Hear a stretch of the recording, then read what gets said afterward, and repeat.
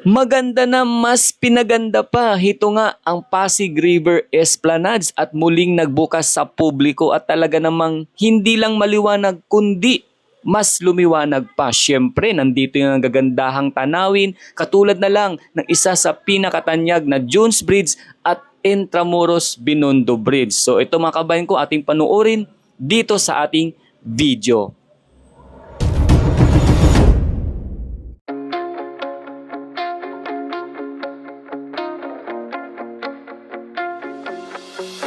Welcome back dito sa aking channel mga kabayan. Ko nga pala si Daddy D and syempre isang mapagpalang gabi o mapagpalang araw sa inyong lahat. Shoutout sa ating mga kababayang bayan ng OFW, Filipino immigrants all over the world at dito sa ating bansang Pilipinas, Luzon, Visayas at Mindanao. Samahan niyo ako dito maglibot-libot at mag-ikot-ikot dito nga sa isa sa dinadayong pasyalan, ang Pasig River Esplanades.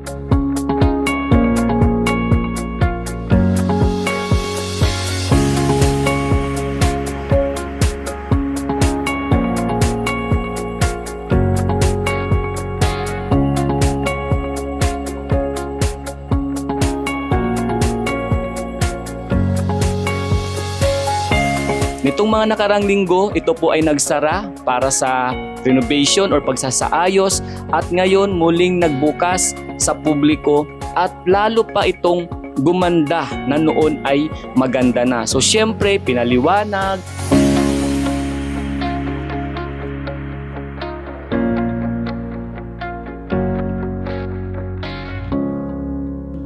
inayos yung pinaka mga stall o mga nagtitinda dito at higit sa lahat binago ang kulay at mas pinaganda pa ang pinakadadaanan mong walkway dito nga sa Pasig River Esplanades.